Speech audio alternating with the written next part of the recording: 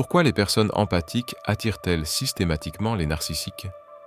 Pas seulement une fois, mais de manière répétée à travers différentes relations, différentes villes, différentes décennies de leur vie.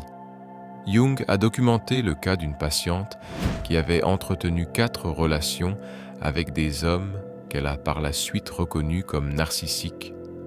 Elle se décrivait comme très empathique, quelqu'un qui ressentait profondément les émotions des autres, qui accordait la priorité aux besoins d'autrui et qui considérait sa sensibilité comme son plus grand don.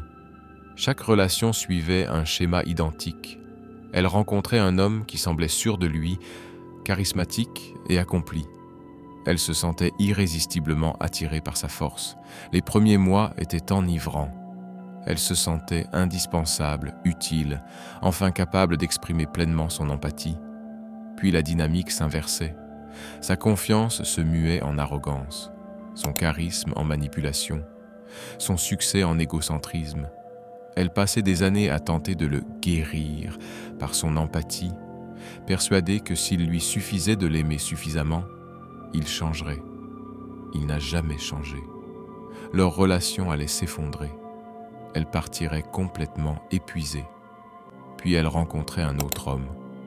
Un travail différent, un milieu différent. Il semblait complètement différent du précédent. Mais en quelques mois, le même schéma se répétait. Elle se donnait sans cesse, lui prenait sans cesse. Elle croyait que son empathie pourrait le sauver, lui l'épuisait complètement. 4 fois, le même schéma. Des hommes différents. Jung a identifié ce qu'elle ne pouvait pas voir. Ce n'était pas son empathie qui attirait les narcissiques, mais son animus latent, cette figure masculine inconsciente qu'elle projetait sur chaque homme qu'elle rencontrait. Et ce qu'elle appelait empathie n'était pas une sensibilité naturelle. C'était un mécanisme de défense psychologique mis en place pour éviter de développer ses propres limites, son autorité et son affirmation de soi. Jung a écrit dans ses notes cliniques ce que la psychologie moderne appelle la dynamique empathique narcissique est en réalité une projection de l'anima et de l'animus. Le empathique n'a pas développé les qualités psychologiques propres au sexe opposé. Il les projette donc sur ses partenaires. Il appelle cette projection attirance, la relation à cette projection amour, et l'effondrement inévitable, être victime d'un narcissique. Jung a découvert quelque chose d'inattendu. Le schéma empathique narcissique ne résulte pas de l'attraction entre 2 personnalités opposées. Il s'agit plutôt de la projection par une personne de ses propres faiblesses psychologiques sur une autre, puis de sa capacité à interagir pendant des années avec cette projection plutôt qu'avec la personne elle-même. Voici la découverte interdite de Jung sur les raisons pour lesquelles les empathes attirent les narcissiques. Interdite car elle révèle que le problème ne réside pas dans les narcissiques que vous attirez, mais dans le schéma de projection inconscient qui vous empêche de voir les autres clairement. Aujourd'hui, je vais vous présenter l'explication complète de Jung. Ce que sont réellement l'anima et l'animus, pourquoi les structures de personnalité empathique vous rendent vulnérables aux dynamiques narcissiques, les 3 schémas de projection qui garantissent la répétition, la méthode d'intégration en 4 phases de Jung et les signes qui vous indiquent si vous êtes en train de guérir ou si vous êtes encore piégé. Si vous êtes prêt à comprendre pourquoi vous attirez toujours le même type de personne, commentez ceci: je retire mes projections. Mais d'abord, il faut comprendre ce que Jung entendait par anima et animus, car cette théorie oubliée explique mieux la dynamique empathique narcissique que n'importe quelle théorie de la psychologie moderne. La plupart des gens pensent que l'anima et l'animus ne sont que votre côté féminin et votre côté masculin.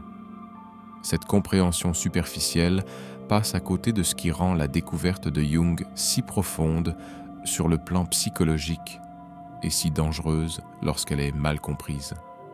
Pendant la période du Livre rouge, Jung a passé des années à rencontrer des figures autonomes qui prétendaient exister indépendamment de sa conscience. Certaines étaient clairement masculines, d'autres nettement féminines.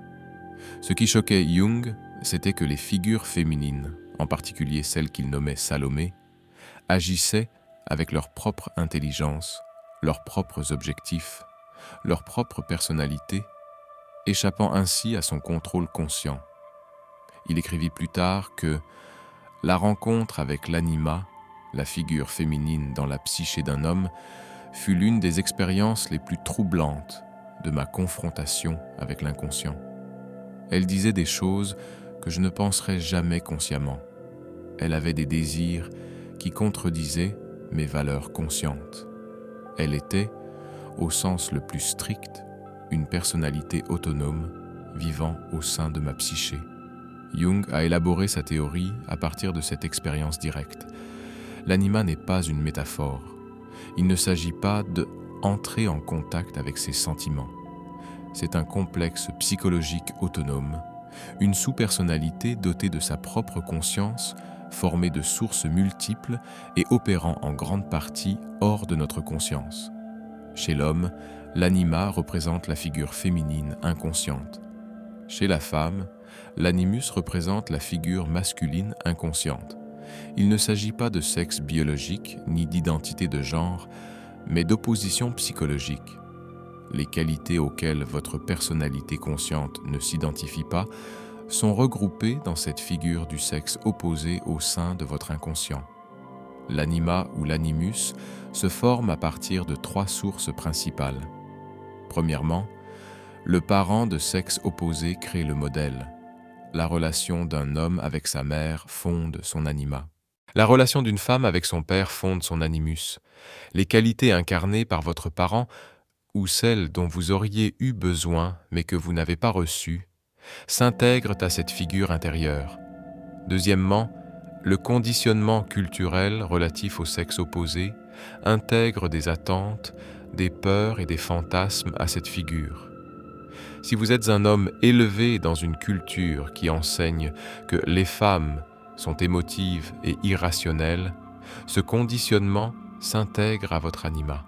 Si vous êtes une femme élevée dans une culture où les hommes sont forts et ne montrent pas leurs émotions, cela s'intègre à votre animus. Troisièmement, et c'est le point le plus controversé, Jung affirmait que l'anima et l'animus contiennent des schémas archétypaux issus de l'inconscient collectif, des images universelles du sexe opposé présentes dans toutes les cultures et à toutes les époques. L'anima apparaît dans les mythes sous les traits de la déesse, de la muse, de la tentatrice, de la sage-femme. L'animus, quant à lui, apparaît sous les traits du héros, du roi, du guerrier, du sage. Jung a observé que l'anima et l'animus ne sont pas des collections passives d'idées. Ce sont des agents actifs de votre psyché, dotés d'un pouvoir immense sur votre vie émotionnelle, vos attirances, vos relations et votre capacité à atteindre la plénitude psychologique. La manifestation la plus évidente est l'attirance romantique.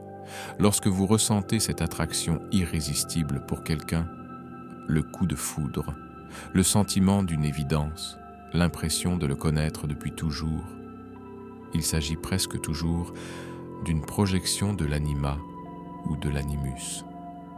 Vous ne voyez pas la personne réelle, mais votre propre image intérieure projetée sur elle. Jung a fait remarquer que les gens tombent amoureux de leur projection et non de la personne qui les porte. Mais l'anima et l'animus agissent bien au-delà des seules relations amoureuses. Chez l'homme, l'anima influence la vie émotionnelle, la créativité, le rapport à l'inconscient et la capacité d'introspection. Lorsqu'un homme est coupé de ses émotions, son anima est généralement refoulé. Lorsqu'il est submergé par des sautes d'humeur incontrôlables, son anima le possède. Chez les femmes, l'animus influence leur capacité à s'affirmer, à raisonner logiquement, à avoir des convictions et à agir dans le monde. Lorsqu'une femme peine à exprimer ses opinions ou à faire valoir son autorité, son animus est souvent peu développé. Lorsqu'une femme devient rigide, dogmatique ou excessivement critique, c'est son animus qui la domine. L'intuition fondamentale de Jung résidait dans le fait que ces figures s'inscrivent dans un continuum de développement. On ne naît pas avec une anima ou un animus mature et intégré. On naît avec une version primitive qui doit évoluer par étapes, si tant est qu'elle évolue. La plupart des gens restent bloqués au premier stade toute leur vie, ce qui explique pourquoi leur schéma relationnel demeure inchangé. Comprendre à quel stade votre anima ou animus s'est développé détermine si vos relations seront guidées par une compulsion inconsciente ou un choix conscient. Jung a démontré que ces stades se développent dans un ordre précis. On ne peut en sauter, et tenter d'établir des relations avant d'avoir dépassé les stades primitifs est presque la garantie d'échecs répétés. Jung a démontré que l'anima et l'animus évoluent à travers 4 stades de maturité distincts. Chaque stade représente un niveau différent de développement psychologique et engendre des schémas relationnels différents. La plupart des individus ne dépassent jamais le premier ou le deuxième stade, ce qui explique la répétition constante des mêmes dynamiques relationnelles dans leurs relations. Au niveau le plus primitif, l'anima se manifeste sous la forme d'Ève. Féminité biologique pure, fertilité, lien à la terre, sexualité instinctive. L'animus se manifeste sous la forme de Tarzan. Physicalité masculine brute, force, instinct protecteur primordial, capacité de survie. Jung décrivait cela comme l'anima et l'animus à leur niveau le plus fondamental, purement biologique, purement instinctif, uniquement préoccupé par la reproduction et la survie. À ce stade, l'attraction est entièrement physique et inconsciente. On est attiré par les corps, par les marqueurs biologiques de fertilité ou de force, par le magnétisme animal pur. Les relations de la première phase se caractérisent par une forte attirance physique, mais peu de profondeur psychologique. On ressent une attirance irrésistible sans pouvoir l'expliquer. Les conversations sont superficielles. La connexion est principalement sexuelle. Lorsque l'attirance physique s'estompe, et elle finit toujours par s'estomper, plus rien ne maintient la relation.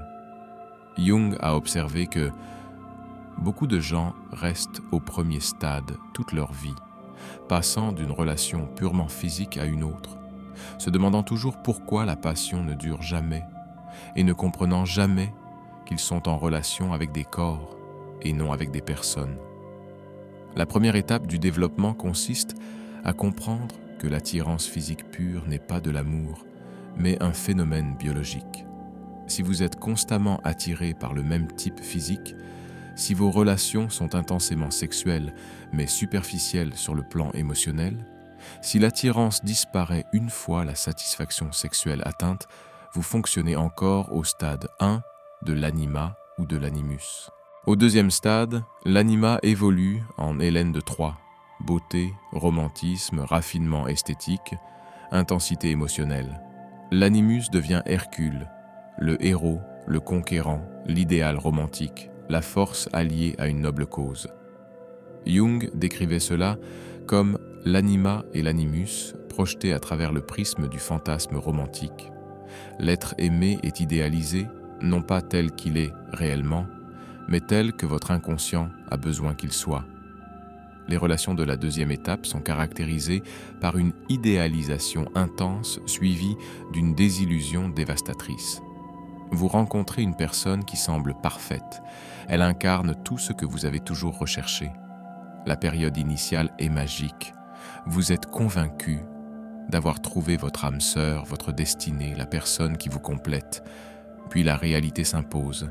L'autre révèle ses défauts, ses limites, sa banalité. Ce n'est pas l'idéal romantique que vous aviez imaginé. C'est un être humain comme les autres. La déception est immense car vous n'étiez pas en relation avec la personne, mais avec votre propre projection.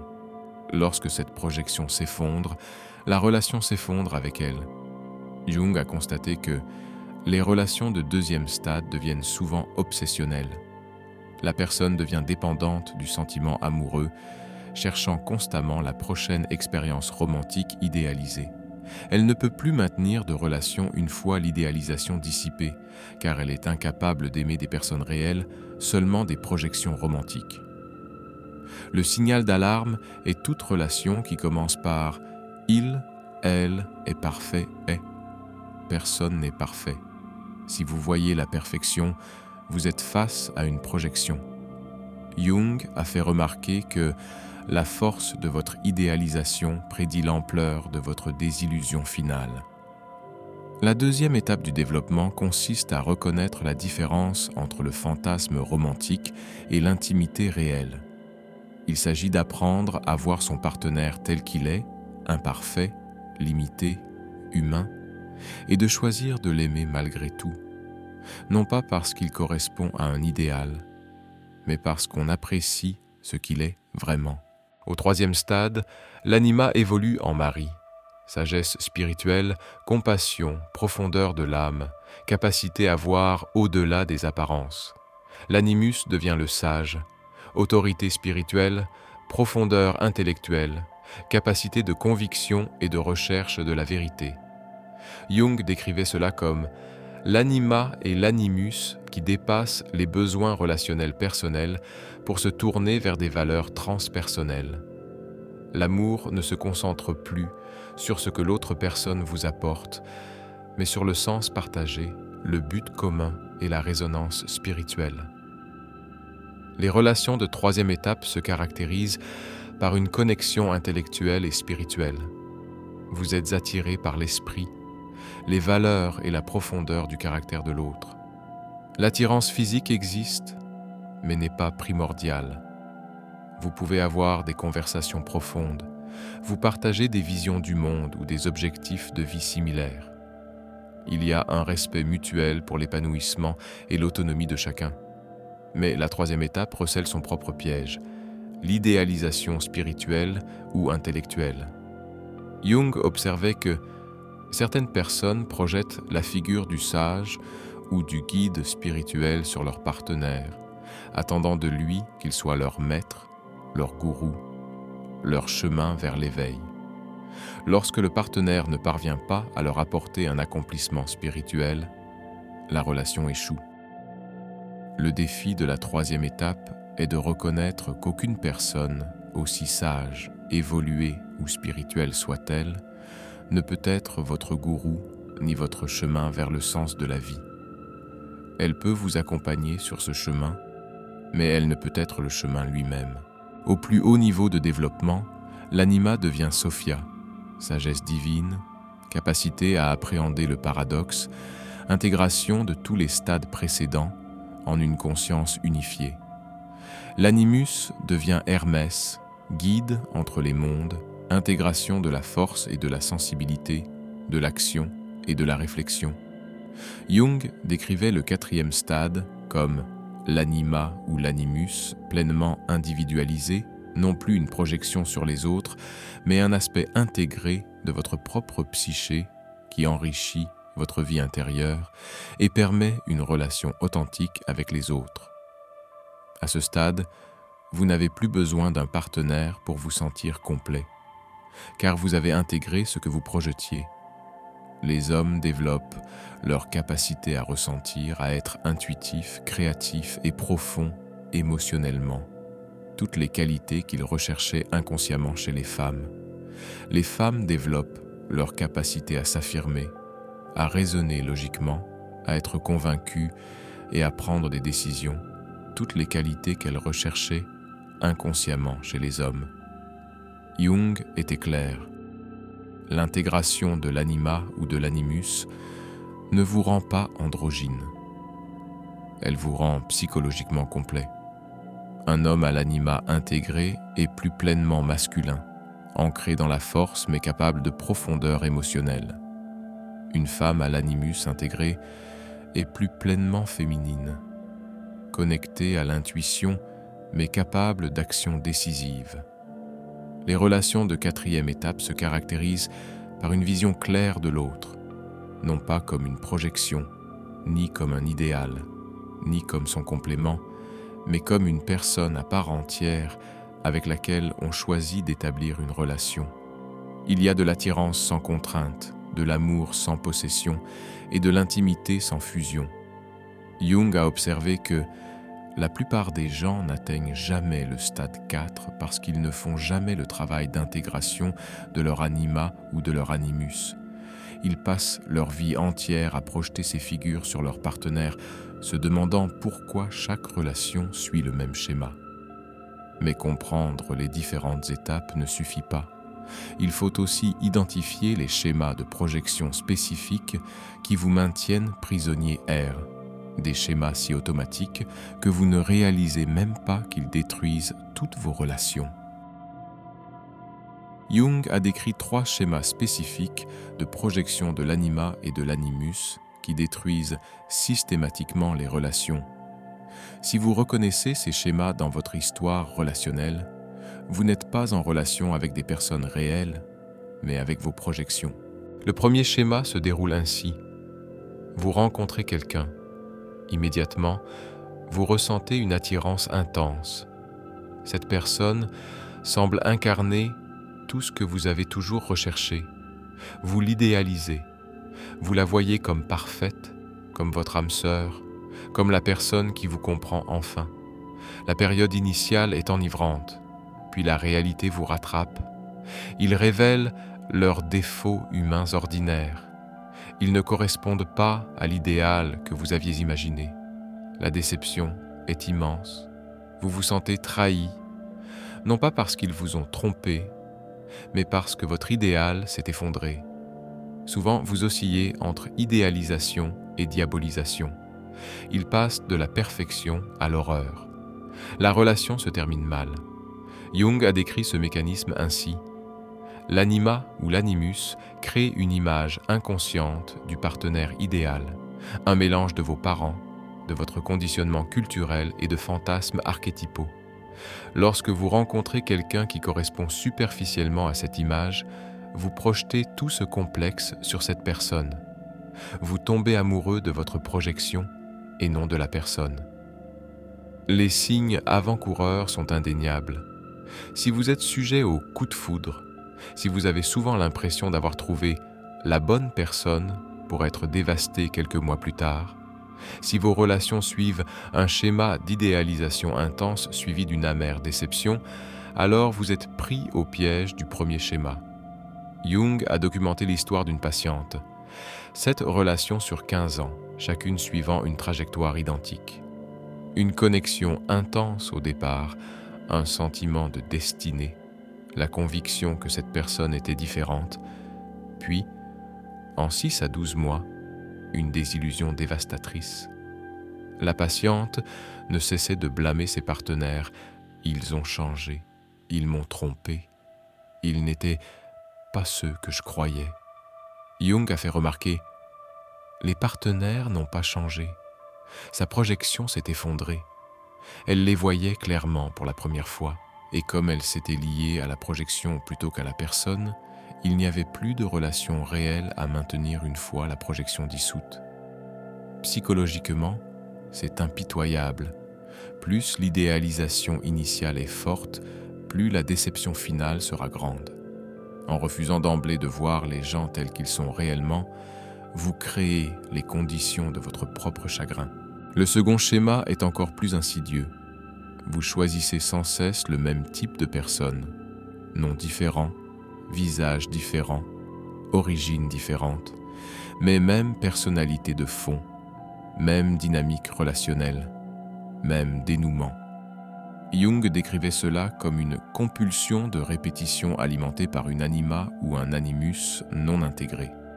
Votre inconscient tente de résoudre une vieille blessure en recréant sans cesse la dynamique originale, dans l'espoir d'un résultat différent qui ne se produit jamais. Ce mécanisme fonctionne grâce à votre anima ou animus, qui porte l'empreinte de votre parent de sexe opposé, notamment des besoins non satisfaits ou des blessures non résolues issues de cette relation. Votre inconscient choisit sans cesse des partenaires correspondant à ce modèle, espérant inconsciemment guérir la blessure originelle.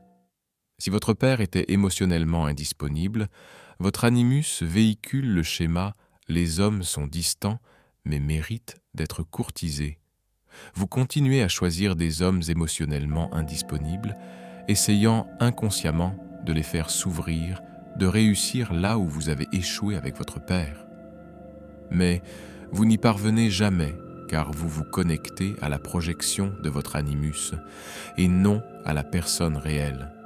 Si votre mère était possessive et intrusive, votre anima porte en elle le schéma « les femmes sont étouffantes, mais attentionnées ». Vous êtes constamment attiré par des femmes possessives, d'abord séduit par leur côté, attentionné, puis étouffé par leur emprise. Vous partez, puis trouvez une autre femme correspondant au même schéma. Jung a observé que les personnes prises au piège de la compulsion de répétition reconnaissent souvent le schéma, mais se sentent impuissantes à le changer. Elles sont conscientes qu'elles choisissent le même type, mais l'attirance leur paraît involontaire, car elle l'est. Leur anima ou animus dicte ce choix depuis l'inconscient. Le signe avant-coureur est de s'entendre dire des choses comme « Pourquoi est-ce que j'attire toujours les narcissiques ?» ou « Tous les hommes que je fréquente sont émotionnellement indisponibles » ou « Toutes les femmes qui m'attirent sont des sources de problèmes ». Vous ne les attirez pas, vous les choisissez inconsciemment parce qu'ils correspondent à votre modèle d'anima ou d'animus. Jung a documenté un cas. Une femme avait fréquenté 5 hommes en 10 ans. Tous étaient charismatiques, brillants et, finalement, infidèles. Elle s'était jurée de ne plus jamais fréquenter ce type d'homme. Puis elle a rencontré un homme qui semblait complètement différent, calme, stable et fidèle. 6 mois après le début de leur relation, elle a découvert qu'il la trompait. Son inconscient avait de nouveau choisi le même type d'homme, sous une apparence différente. Jung a écrit « Tant que vous n'aurez pas rendu l'inconscient conscient, il dirigera votre vie et vous l'appellerez destin. Votre compulsion de répétition n'est pas le destin. C'est votre anima ou animus non intégré qui guide vos choix. » Le troisième schéma est le plus destructeur. Vous croyez inconsciemment qu'un partenaire amoureux vous complétera, vous guérira, vous rendra entier. Vous projetez sur lui votre potentiel inexploité et attendez de lui qu'il comble ce qui vous manque intérieurement. Jung décrivait cela comme le fait de projeter ses propres capacités non développées sur le partenaire, puis d'essayer d'accéder à ces capacités par le biais de la relation, plutôt que de les développer soi-même. Chez les hommes, cela se manifeste souvent par la projection de leurs sentiments, de leur profondeur et de leur âme sur les femmes. Un homme coupé de sa vie émotionnelle rencontre une femme qui semble profondément émotive, en quête de sens et spirituellement connectée. Il se sent plus vivant à ses côtés, car être avec elle lui permet d'accéder à la projection de son anima. Mais il ne développe pas lui-même ses qualités. Il l'utilise comme un substitut à son propre développement émotionnel. Lorsque la relation prend fin, il perd à nouveau l'accès à ses qualités. Il se sent vide, incomplet, comme si une partie de lui-même était morte. Il cherche une autre femme sur laquelle projeter ses émotions. Ce schéma se répète car il n'a jamais intégré sa propre anima. Chez les femmes, cela se manifeste souvent par la projection de l'autorité, des convictions et de la capacité de décision sur les hommes.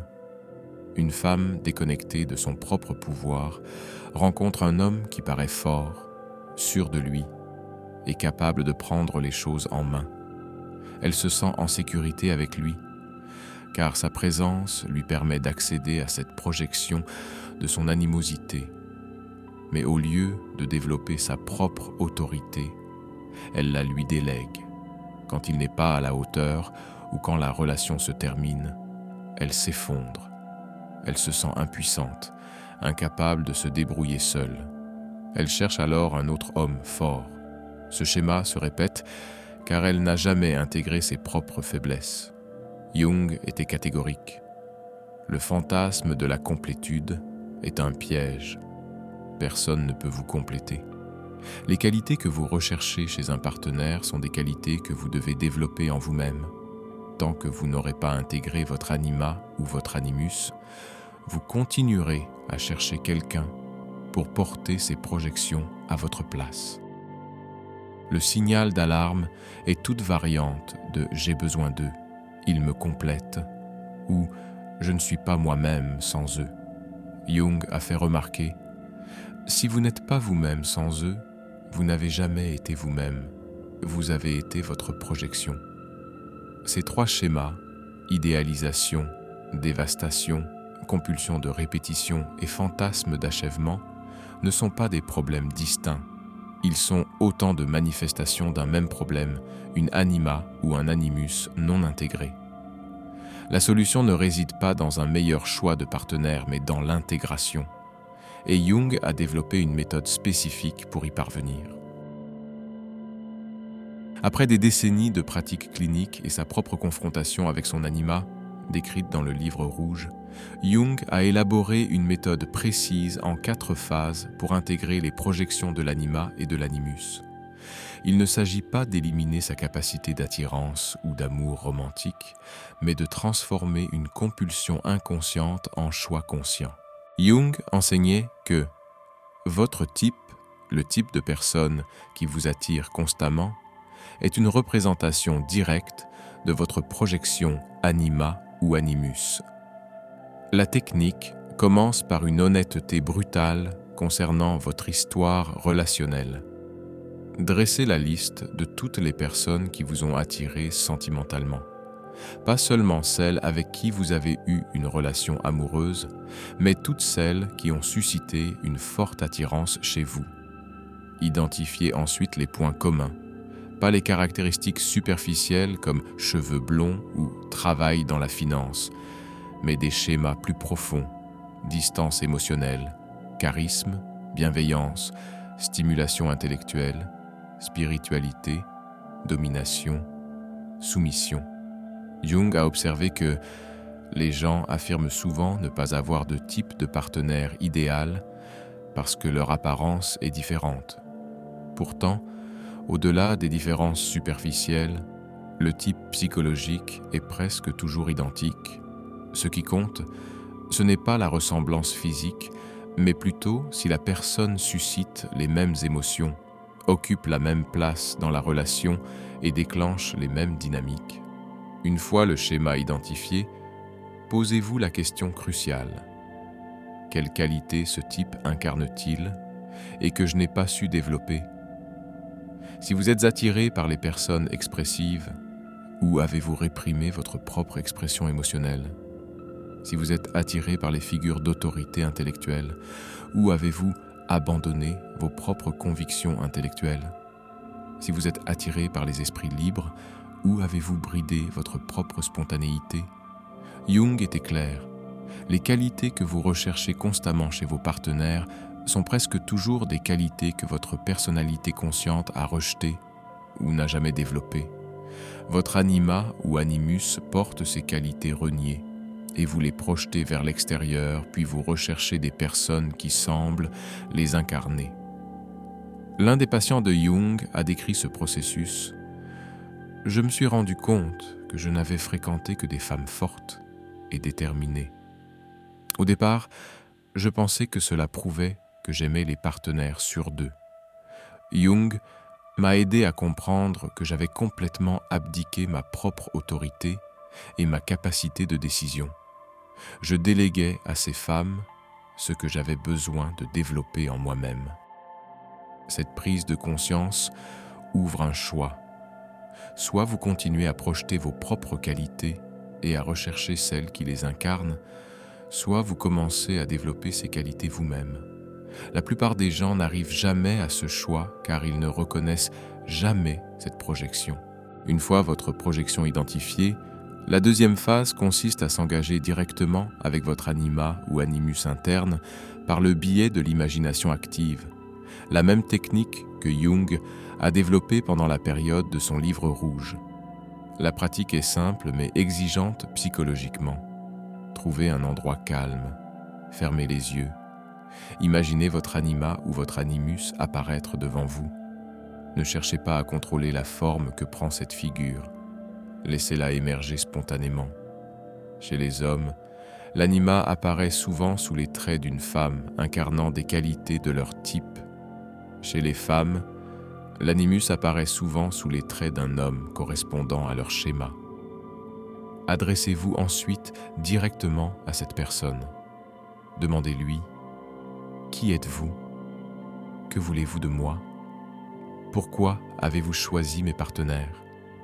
Qu'essayez-vous de me donner que je ne reçois pas ?» Jung a souligné qu'il faut laisser la figure répondre de sa propre voix. Ne cherchez pas consciemment à inventer les réponses. Attendez que la réponse surgisse spontanément, disant souvent des choses auxquelles vous ne penseriez pas consciemment. Son propre dialogue avec son anima durant la période du livre rouge a transformé sa compréhension. Il a consigné un échange où il demandait à son anima pourquoi elle apparaissait sans cesse dans ses fantasmes. Elle répondit « Parce que tu as passé ta vie entière dans ta tête, à analyser, à intellectualiser, à contrôler. Je représente tout ce que tu as rejeté, l'émotion, l'irrationalité, le chaos, la créativité. Tant que tu ne m'auras pas intégré, je continuerai d'apparaître dans tes projections, essayant de te forcer à reconnaître ce qui te manque. » Le dialogue se poursuit sur plusieurs séances. Il ne s'agit pas d'éliminer son anima ou son animus, mais de comprendre ce qu'il représente, les besoins qu'il porte, les aspects refoulés de soi-même qu'il tente de restaurer.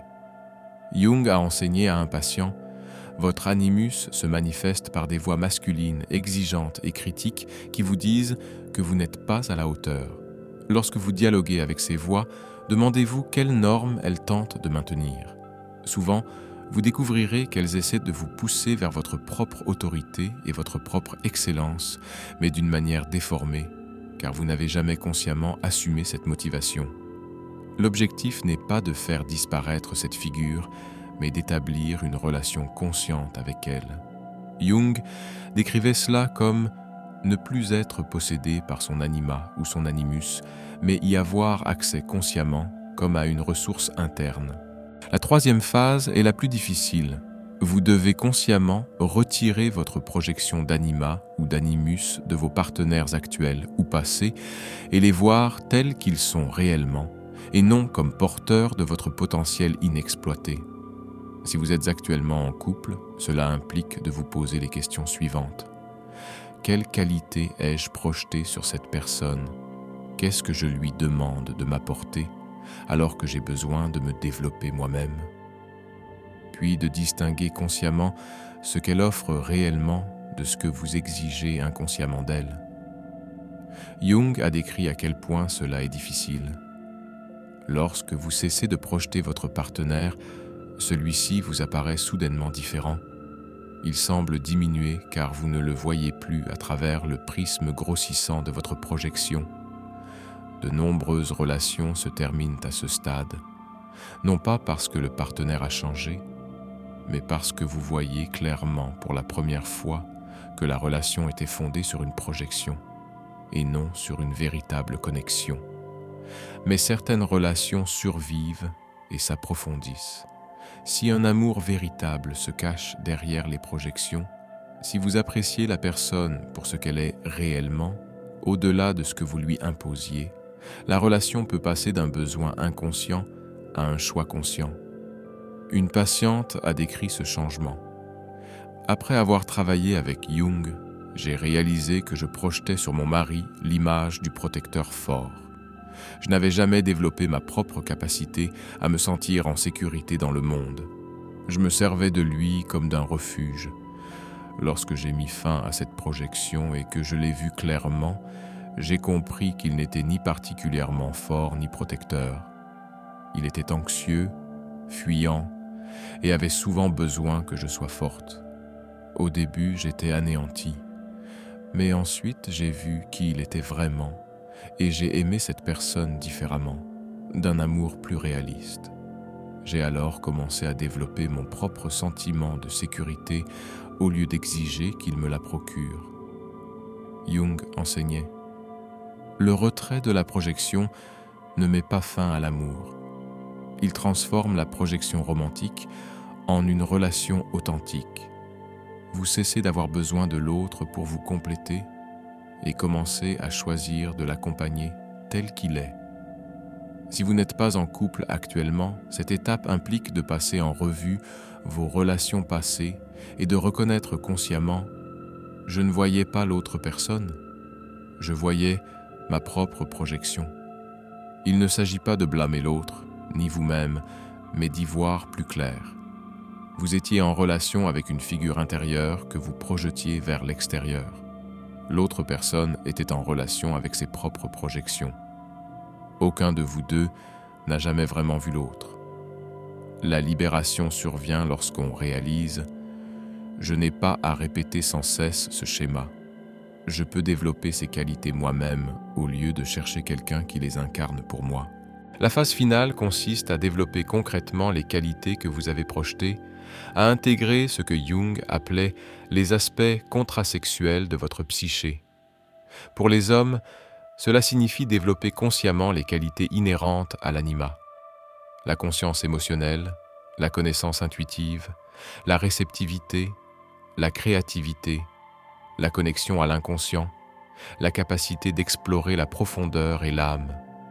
Jung soulignait « Cela ne vous rend pas moins masculin, cela vous rend pleinement masculin, un homme ayant accès à toute la palette de ses émotions psychologiques. » Pour les femmes, cela signifie développer consciemment les qualités véhiculées par l'animus, l'affirmation de soi, l'analyse logique, la conviction, la capacité de décision, l'autorité intellectuelle, l'indépendance et l'autonomie.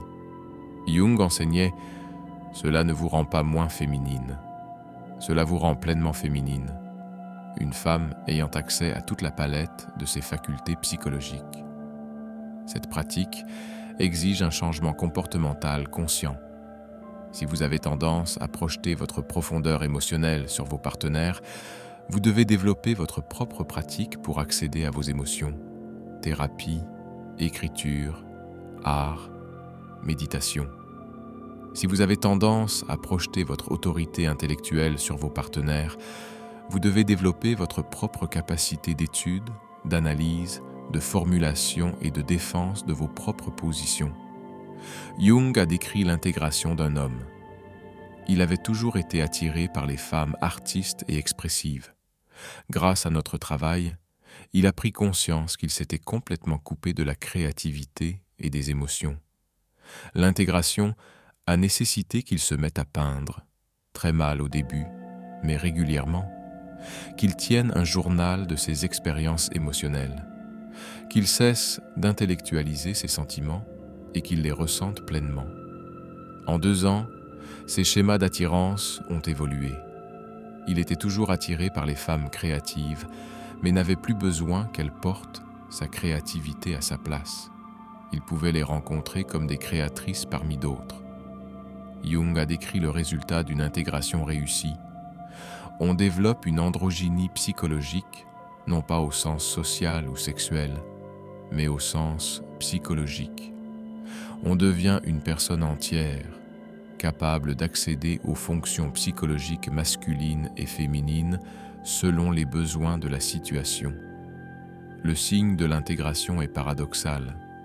On devient plus différencié dans son identité de genre fondamentale tout en accédant simultanément à des qualités opposées. Un homme intégré est plus pleinement masculin, ancré dans sa force, mais peut aussi accéder à la sensibilité, à la réceptivité et à la profondeur lorsque nécessaire. Une femme intégrée est plus pleinement féminine, enracinée dans son intuition, mais peut aussi accéder à la logique, à l'affirmation de soi et à l'autorité lorsque cela s'avère nécessaire. Mais comprendre la méthode ne signifie pas nécessairement savoir si elle fonctionne. Jung a étudié des personnes ayant réussi à intégrer leur anima ou leur animus et d'autres restées prisonnières de la projection toute leur vie. Cette différence est révélatrice et permet de déterminer si ce travail difficile vaut la peine d'être entrepris. Jung a consacré des décennies à observer les schémas relationnels chez ses patients, ses collègues, des figures historiques et lui-même. Deux cas contrastés révèlent ce qui détermine si une personne parvient à intégrer son anima ou son animus, ou reste prisonnière de la projection et d'échecs relationnels répétitifs. La relation de Jung avec sa femme Emma offre l'exemple le plus clair d'une intégration réussie, précisément parce qu'elle n'était ni simple ni facile, et que Jung a documenté cette transformation avec honnêteté. Au début de son mariage, Jung reconnaissait avoir fortement projeté son anima sur Emma. Il la percevait comme la source de profondeur émotionnelle, de chaleur familiale et de stabilité, tandis que lui-même poursuivait la réussite intellectuelle et la reconnaissance professionnelle. Emma gérait le foyer, élevait leurs 5 enfants et offrait le soutien affectif indispensable au travail de Jung. Mais durant la période du livre rouge de Jung, cette dynamique devint intenable. Confronté à sa propre anima à travers sa descente dans l'inconscient, Jung ne pouvait plus maintenir l'idée qu'Emma était la seule porteuse de sentiments et d'âme dans leur relation. La crise faillit détruire leur mariage. Jung écrivit plus tard « J'ai dû reconnaître que je demandais à Emma de vivre ma vie inachevée, de porter en moi toutes les qualités féminines que j'avais rejetées. Ma confrontation avec l'inconscient m'a forcé à intégrer ces qualités plutôt que de les projeter sur elle. » La transformation prit des années. Jung commença à explorer sa propre vie émotionnelle, son intuition, sa créativité. Il peignait, écrivait de la poésie et se confrontait directement à son inconscient au lieu de le projeter sur Emma. Parallèlement, Emma entama son propre développement. Elle étudia la psychologie analytique, devint elle-même analyste et acquit une autorité intellectuelle et une identité professionnelle affirmée. Leur relation est passée d'une projection inconsciente à ce que Jung appelait un partenariat psychologique. Deux personnes individualisées choisissant consciemment une relation plutôt que deux personnes incomplètes s'accrochant l'une à l'autre pour se sentir complètes. Jung a observé « La relation intégrée ne se caractérise pas par une harmonie constante. Elle se caractérise par deux personnes entières qui peuvent consciemment aborder les conflits, les désaccords et les différences, car elles n'ont pas désespérément besoin de l'autre pour se sentir complètes. Emma et moi, nous disputions davantage après l'intégration qu'avant, mais les disputes étaient réelles, portaient sur des différences concrètes et non sur des projections. Le résultat a confirmé leurs travaux, leur mariage a duré 52 ans jusqu'au décès d'Emma. Non pas parce qu'il était facile ou parfait, mais parce qu'il a évolué d'une projection à un véritable partenariat. Jung et Emma ont tous deux continué à évoluer psychologiquement tout au long de leur vie, au lieu de rester figés dans les rôles que leur projection initiale leur imposait. Jung a documenté un cas contrasté, un patient de sexe masculin qu'il a suivi pendant plus de 15 ans et qui n'a jamais réussi à intégrer son anima malgré sa compréhension intellectuelle de la théorie. Le patient était un professionnel accompli, intelligent et psychologiquement perspicace. Il consulta Jung après son 3e divorce, conscient de toujours choisir le même type de femme, expressive, artiste, un peu chaotique. Chaque relation suivait le même schéma. Une attirance intense, l'idéalisation, un emménagement rapide, puis une suffocation progressive due à l'intensité émotionnelle qu'elle engendrait, le laissant piéger et le poussant finalement à partir.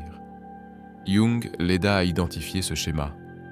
Son anima portait en elle toute son émotivité et sa créativité refoulée. Il avait bâti sa vie sur la maîtrise rationnelle et la réussite professionnelle, étouffant complètement sa vie affective. Il projetait son potentiel émotionnel inexploité sur ces femmes, d'abord fasciné par des qualités qu'il avait rejetées en lui-même, puis finalement repoussé par elles, car elles restaient étrangères à sa personnalité consciente. Le patient comprenait intellectuellement, il pouvait exprimer clairement la dynamique. Mais il n'a jamais entrepris le travail d'intégration. Il n'a jamais développé ses propres capacités émotionnelles, ne s'est jamais adonné à la peinture, à l'écriture ou à toute autre pratique créative, n'a jamais véritablement incarné les qualités qu'il ne cessait de projeter. Jung a écrit « Il préférait l'analyse au changement. Il trouvait fascinant de comprendre pourquoi il choisissait toujours le même type, mais cette compréhension ne l'empêchait pas de perpétuer ce schéma. Moins d'1 an après notre discussion sur sa projection d'anima, il était en couple avec une femme correspondant exactement à ce modèle. Pendant plus de 15 ans, Jung a observé que la patiente traversait 2 autres relations suivant le même schéma. À chaque fois, elle reprenait la thérapie, reconnaissait la projection, s'engageait dans un travail d'intégration, puis l'abandonnait une fois la crise immédiate passée. La conclusion de Jung était troublante. La compréhension sans action est inutile. Il connaissait son schéma intellectuellement, mais refusait de faire l'effort de développer concrètement les qualités qu'il projetait. Savoir pourquoi on est piégé ne libère pas. Seul un changement de comportement, l'intégration réelle de ce que l'on a projeté, crée la liberté. L'histoire relationnelle du patient restait immuable. Femme différente, même dynamique, même issue. Il demeurait prisonnier de la projection de l'anima jusqu'à ce que Jung finisse par interrompre le traitement, comprenant que le patient ne cherchait pas véritablement à changer, mais seulement à être compris. Qu'est-ce qui distinguait l'intégration réussie de Jung de l'échec perpétuel de son patient? Jung a identifié un facteur crucial. Il était disposé à incarner le changement plutôt que de simplement le comprendre intellectuellement. Jung n'a pas seulement analysé son anima, il l'a peinte. Il a dialogué avec elle. Il a développé une véritable capacité émotionnelle, une véritable pratique créative, un véritable engagement avec son propre inconscient. L'intégration s'est opérée dans le comportement, et non pas seulement dans la prise de conscience. Son patient préférait comprendre plutôt que changer. Il trouvait la théorie fascinante, mais ne la traduisait jamais en actes. Et sans changement de comportement, sans développer réellement les qualités recherchées, le schéma se perpétuait indéfiniment. La dernière observation de Jung était sans appel. Intégrer son anima ou son animus n'est pas un exercice intellectuel. Cela exige de devenir psychologiquement plus complet, de développer de véritables capacités que l'on a déléguées à des partenaires. La plupart des gens préfèrent le fantasme du changement à l'effort de changer. C'est pourquoi la plupart des gens n'intègrent jamais leur anima, ni leur animus. Ils préfèrent comprendre leur schéma relationnel, plutôt que de les briser. Ils préfèrent des explications sophistiquées à l'échec de leur relation, plutôt que de faire le travail inconfortable de développer les qualités qu'ils ont reniées. Mais pour ceux qui sont prêts à s'investir concrètement, Jung a documenté des signes spécifiques permettant de déterminer si l'intégration progresse ou si l'on est encore prisonnier de la projection. Comment savoir si l'on intègre réellement son anima ou son animus, ou si l'on se contente de comprendre intellectuellement une projection tout en répétant les mêmes schémas? Jung a recensé 6 signes spécifiques permettant de distinguer une véritable intégration d'une simple analyse. Le signe le plus immédiat de l'intégration est le changement progressif de vos critères d'attraction rigides. Jung a observé que, à mesure que vous développez les qualités que vous projetiez, vous n'avez plus besoin de les rechercher chez un partenaire. Votre type, le cercle restreint des personnes qui vous attirent, commence à s'élargir. Avant l'intégration, vous avez un type très spécifique. Vous pouvez décrire précisément ce qui vous attire, et vous êtes rarement attiré par quelqu'un qui ne correspond pas à ce modèle. Après le début de l'intégration, vous remarquez une attirance pour un plus large éventail de personnes. Le caractère obsessionnel de votre type s'atténue. Une patiente a décrit ce changement. J'avais toujours été attiré uniquement par les hommes calmes et intellectuellement intimidants. Après avoir intégré mon animus, en développant ma propre autorité intellectuelle, je me suis découverte attirée par un éventail beaucoup plus large. Je pouvais apprécier les hommes intellectuels et calmes sans avoir besoin qu'ils incarnent mon intelligence inexploitée. Je pouvais aussi apprécier des hommes extravertis et sensibles que je n'aurais jamais remarqués auparavant.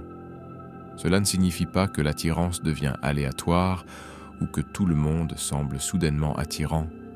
Cela signifie que la rigidité étroite et compulsive du « je ne peux être attiré que par ce type précis » disparaît. Vous développez un véritable choix quant aux personnes que vous recherchez au lieu d'être guidé par une projection inconsciente. Jung enseignait que l'intensité de votre idéalisation initiale est directement corrélée à la force de votre projection. À mesure que vous intégrez votre anima ou votre animus, l'idéalisation diminue naturellement, non pas parce que vous devenez cynique, mais parce que vous percevez les gens plus clairement dès le départ. Avant l'intégration, rencontrer une personne correspondant à votre idéal déclenche une idéalisation excessive. Elle semble parfaite, faite pour vous, parfaitement adaptée à vous.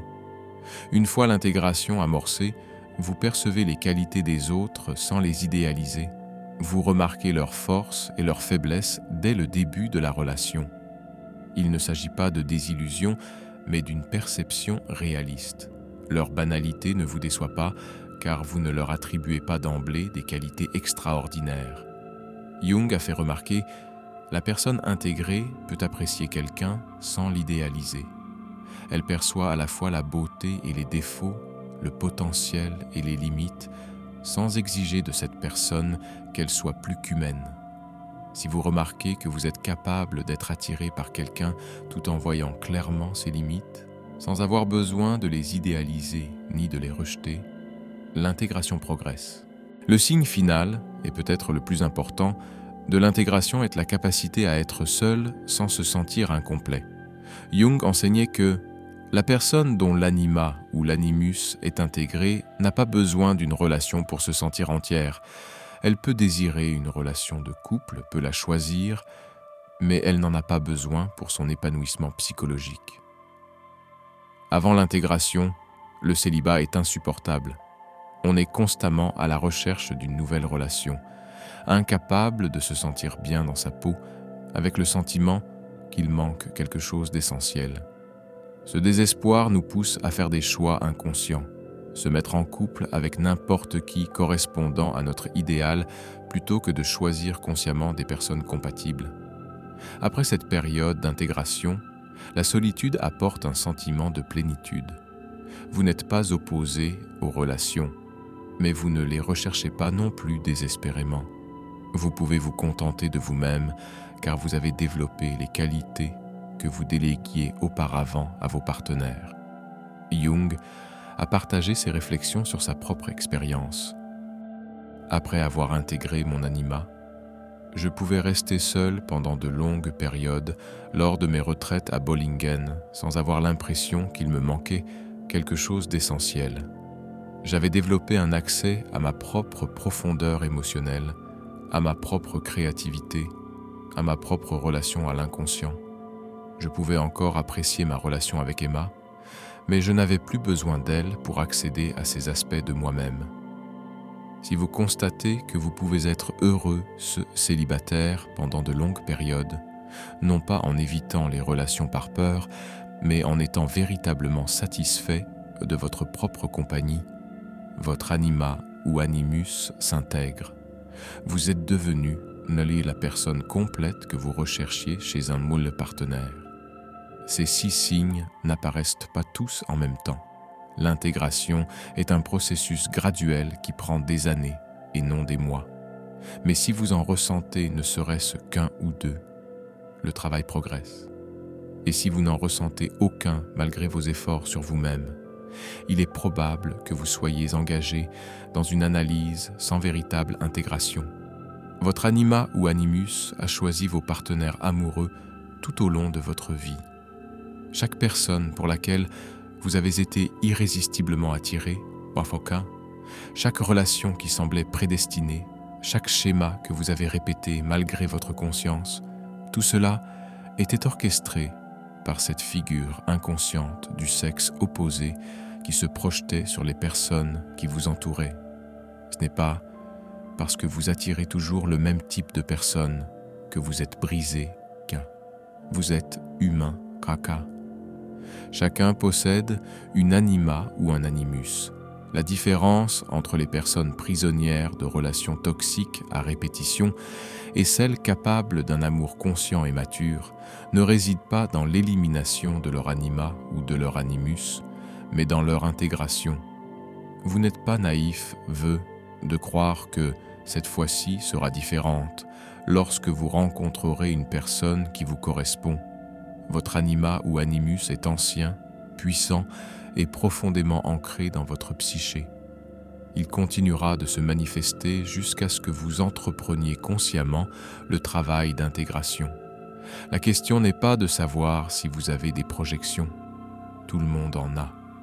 La question est de savoir si vous les reconnaîtrez, les abandonnerez et développerez les qualités que vous avez déléguées à vos partenaires, ou si vous passerez votre vie à interagir avec des projections plutôt qu'avec des personnes.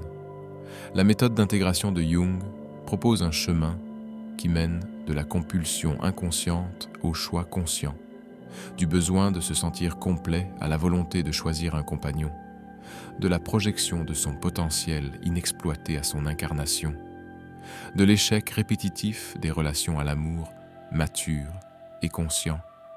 Mais ce travail n'est pas facile.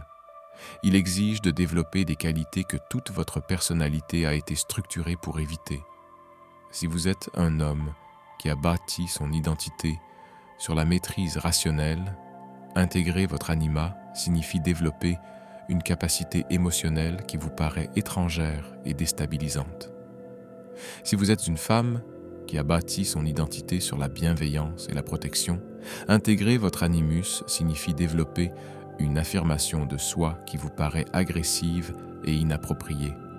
La plupart des gens préfèrent l'illusion de comprendre leur schéma relationnel plutôt que de s'efforcer de les changer. Ils préfèrent des explications sophistiquées aux échecs de leur relation plutôt que de développer les qualités qui permettraient d'établir des relations différentes. Pour ceux qui sont prêts à faire le travail concret, ceux qui sont prêts non seulement à comprendre la projection, mais aussi à la retirer, non seulement à reconnaître leur type, mais aussi à développer ce qu'ils ont projeté, non seulement à vouloir le changement, mais aussi à l'incarner, la méthode de Jung fonctionne. Veuillez indiquer ci-dessous le schéma de projection que vous reconnaissez le plus dans votre histoire relationnelle. Le schéma 1, idéalisation puis désillusion. Le schéma 2, compulsion de répétition. Ou le schéma 3, fantasme d'achèvement. Ensemble, construisons une communauté de personnes qui privilégient l'intégration consciente à la projection inconsciente. Si cette exploration des raisons pour lesquelles vous choisissez toujours la même personne a transformé votre vision des choses, cliquez sur « J'aime ». Vous faites partie des rares personnes qui comprennent que vos schémas relationnels ne sont ni le fruit du hasard ni le destin. Ils sont le reflet de votre inconscient, de votre anima ou animus qui guide vos choix.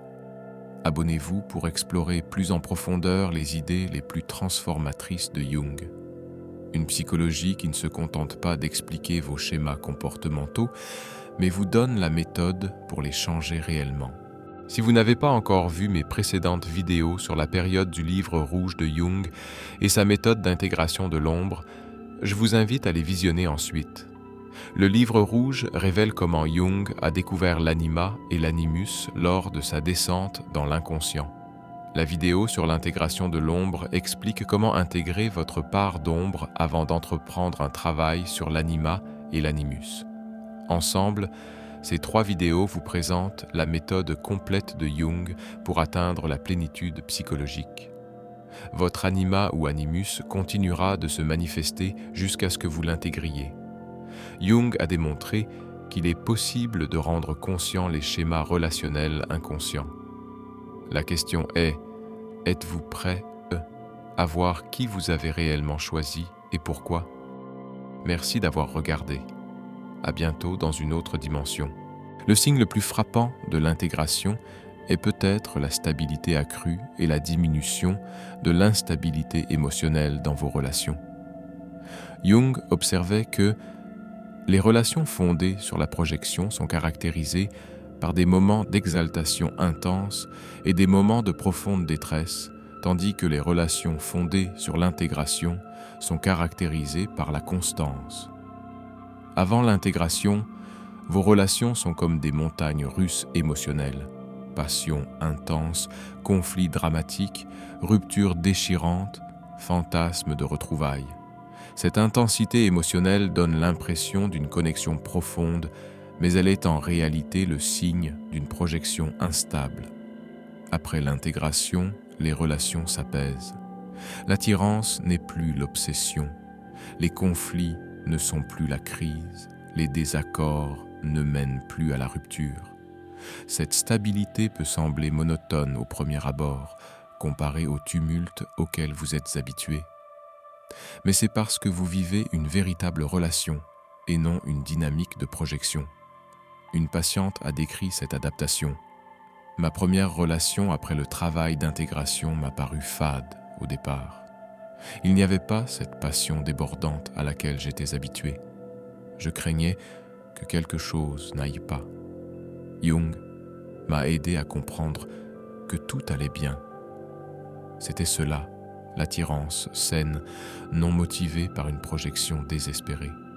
Je voyais enfin mon partenaire clairement et je choisissais d'être avec lui, elle, au lieu d'être guidé compulsivement par un besoin inconscient. Si votre relation actuelle vous semble plus stable mais moins intense que vos relations précédentes, il s'agit probablement d'un signe de diminution de la projection et non d'une diminution de l'amour. Le signe le plus concret de l'intégration est comportemental. Vous développez réellement les qualités que vous recherchiez auparavant exclusivement chez vos partenaires. Jung était catégorique. L'intégration sans changement de comportement est une illusion. La véritable intégration se manifeste dans vos actions et non seulement dans votre compréhension.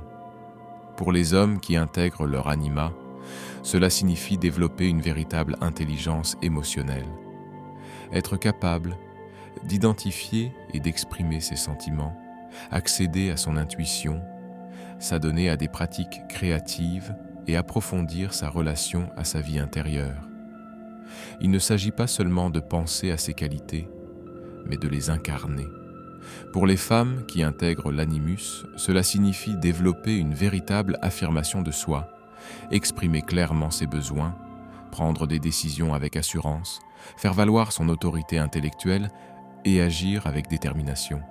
Il ne s'agit pas seulement d'admirer ces qualités chez les hommes, mais de les incarner soi-même. Jung a documenté le parcours d'intégration d'une femme. Elle avait toujours été attirée par les hommes dominants et décisifs, car elle n'avait jamais développé sa propre autorité. L'intégration a nécessité qu'elle s'exerce concrètement à prendre des décisions, en commençant par de petites décisions, puis en s'orientant progressivement vers des choix de vie importants, qu'elle exprime ses opinions en réunion, même en étant anxieuse, qu'elle brigue des rôles de leadership, même si cela la mettait mal à l'aise.